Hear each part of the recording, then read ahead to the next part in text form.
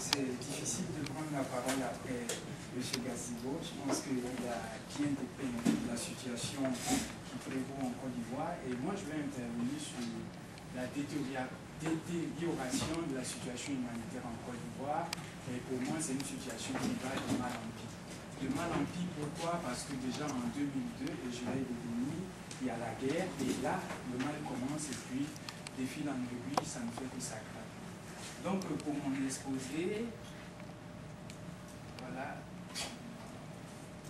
je vais d'abord faire un retour sur les conséquences de la crise de 2002, ensuite dresser un tableau de la situation qu'on vit depuis le 28 novembre, et puis enfin faire un état des droits de l'homme ou donner quelques exemples d'exactions ou de violations graves des droits de l'homme qui ont été commises. Ben, retour sur la crise de 2002, on en a parlé, on en parle encore, cette question de l'ivoirité. C'est vrai que dans le débat politique en Côte d'Ivoire, on n'utilise plus ce terme-là. Ça a été raillé, c'est banni, on n'en parle plus, mais les attitudes restent. Les comportements qui l'expriment ou que ça désigne restent. Et donc, pour voir les conséquences de la guerre, il faut partir de là. Il faut partir de cette... En fait, l'ivoirité, c'est quoi? On pourrait dire une xénophobie à l'ivoirien. Et déjà en 1999, dans les régions du Sud, qui sont les régions cacaoyères, où il y a une forte main-d'œuvre d'origine de la sous-région, en 1999, il y a 5000 environ burkinabés qui ont été expulsés de cette zone-là. Donc ça, c'était le produit. Et puis, dans la même année, l'Assemblée nationale ivoirienne a adopté une loi sur le foncier rural qui dépossédait en gros tous les étrangers qui avaient développé des terres, tellement les conflits fonciers en tout cas étaient importants. Donc c'était ça. Et donc avec le déclenchement de la crise en 2002, ce qu'on va constater, c'est que l'occasion sera belle, trop belle d'ailleurs pour tous les xénophobes, en tout cas pour tous ceux qui voulaient récupérer ces terres qui étaient entre les mains des étrangers pour se débarrasser de ces populations. Donc une des premières conséquences humanitaires de cette crise de 2002, ça va être l'expulsion de beaucoup d'étrangers, dont on va dire de 2002 à 2004, on dénombre environ 500 000 étrangers ressortissants des pays de la sous-région qui quittent le pays avec que des baluchons dépossédés de tout. Mais cette crise va occasionner au total près de 1,3 million de personnes qui vont se déplacer du fait de la guerre. J'ai parlé des étrangers, mais il n'y a pas que des étrangers qui sont victimes de cette crise-là, il y a aussi des Ivoiriens. Donc il y a 800 000 personnes environ qui vont se déplacer, qui vont fuir tout, abandonner tout ce qu'elles avaient comme bien, etc. et venir au sud, notamment à Abidjan. Et ces personnes-là, au départ, il y aura des centres de relais, c'est ce qu'on les appelait, des centres où on accueillait des gens organisés par le gouvernement de Gbagbo et des organismes humanitaires pour d'abord prendre en charge ces personnes-là pendant un laps de temps court. C'était des relais qui duraient peut-être 1 à 3 mois, et puis ensuite ces personnes-là regagnaient des amis ou des parents qui vivaient dans la capitale. Et cette procédure, cette manière de faire là va mettre à rude épreuve ce que j'ai appelé la solidarité africaine. Parce que dans nos pays, il n'existe pas de systèmes sociaux, genre l'État qui prend en charge ces personnes qui sont dans le pays. Et donc ça va déposer essentiellement et totalement, j'allais dire, sur les personnes qui sont déjà installées dans le sud. Donc je veux, par exemple, une famille de 5 personnes qui reçoit une autre famille de 5 personnes. C'est comme ça que ça va se passer. Et ces populations-là vont se diriger, bien entendu, vers des quartiers populaires, et notamment à Bobo, Yopougon. J'ai cité ces 2 quartiers-là parce qu'on en parle aujourd'hui dans l'actualité. On verra que ce n'est pas sans lien. Aujourd'hui, à Bobo, ça fait 1 500 000 habitants. Ça, c'était pour 2002. Depuis le 28 novembre, date des élections, du second tour des élections en Côte d'Ivoire, on assiste à une dégradation de la situation. Et la situation est d'autant plus grave que déjà ça n'allait pas. Et donc tous les espoirs étaient fondés, tous les espoirs de la communauté nationale comme internationale étaient fondés sur l'issue de ces élections-là.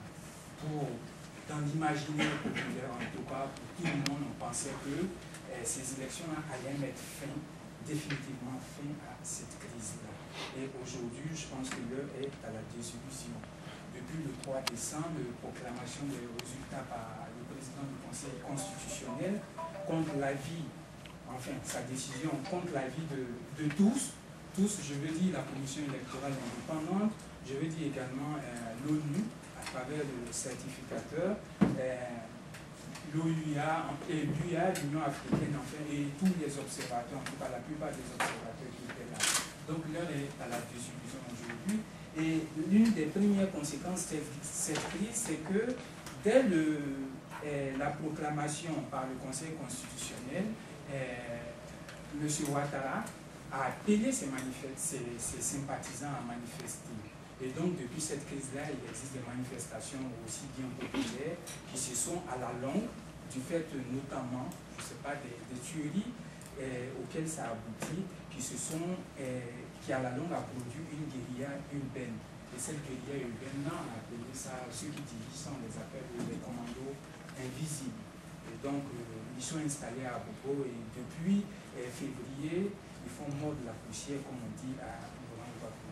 Et puis, cette crise, comme conséquence, a créé l'exode du fait aussi de cette guérilla urbaine-là qui est installée à Bobo. Donc, la guerre se déroule aujourd'hui à Bobo. De sorte que les populations sont amenées à fuir. Aujourd'hui, on parle de 300 000 personnes qui ont dû quitter à Bobo, dont la moitié sont dans des centres, dans des sites publics, c'est-à-dire des écoles, des paroisses, etc., où on leur apporte de l'aide dans le développement total. Et puis, puisque Abidjan aujourd'hui est devenu le centre même du conflit, on assiste également à la fuite des Ivoiriens, des Abidjanais qui fuient Abidjan pour aller se réfugier dans leur village. Et ce qui est remarquable dans cette situation, c'est qu'en 2002, on avait un mouvement, on va dire, centripède. C'est-à-dire les gens fuyaient dans les zones puisque le conflit se dirigeait à l'ouest pour aller vers Abidjan, qui est la capitale. Aujourd'hui, c'est un mouvement centrifuge, c'est-à-dire que c'est Abidjan qui, n'est-ce pas, on assiste à une chose, on va dire, urbaine. Les gens fuient maintenant.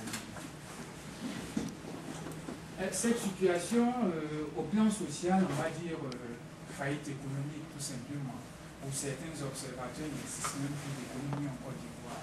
Et ils n'ont pas tort de le dire. En 1998 déjà, en 2008, pardon, on parlait de seuil de pauvreté de 49%. C'est-à-dire la moitié des Ivoiriens n'avaient pas 600 francs par jour. Aujourd'hui, on pense que ce seuil-là a été dépassé. Pour cause, il y a un embargo sur les exportations de la Côte d'Ivoire, le café cacao, qui représente 40% des recettes d'exportation de la Côte d'Ivoire, est sous embargo, donc l'État ne peut plus exporter son cacao. Il y a également la faillite des entreprises, bien entendu, du fait de cette situation-là, des entreprises qui restaient après novembre 2007 et 2004, parce qu'en novembre 2004, les jeunes patriotes se sont attaqués aux Français et donc ils ont cassé quelque part l'outil économique en amenant, n'est-ce pas, la plupart des PMI qui étaient détenues par les Français à fermer. Donc ça en rajoute, n'est-ce pas, à cette situation de faillite des entreprises.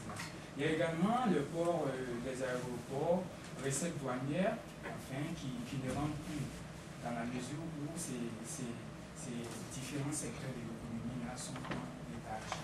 Et puis, on va dire, il y a pour boucler le tout, il y a la fermeture des banques. Toutes les banques privées de Côte d'Ivoire, je veux dire, où circulaient 80% des activités économiques, ont fermé. Ont fermé tout simplement parce que la BCAO la demande en quelque sorte. Et Laurent Gbagbo, dès que ces banques ont fermé, a automatiquement décidé de les nationaliser. Mais le problème n'est pas réglé, parce qu'on ne sait pas comment il pourra alimenter ces banques-là en cash, en monnaie sonnante et trébuchante, comme on dit. Donc, il y a fermeture des banques, il y a manque de liquidité en Côte d'Ivoire. De plus, il y a l'exode des populations, c'est le branle-bas, tout le monde fuit. Et dans cette situation-là, on arrive à la violation des droits de l'homme.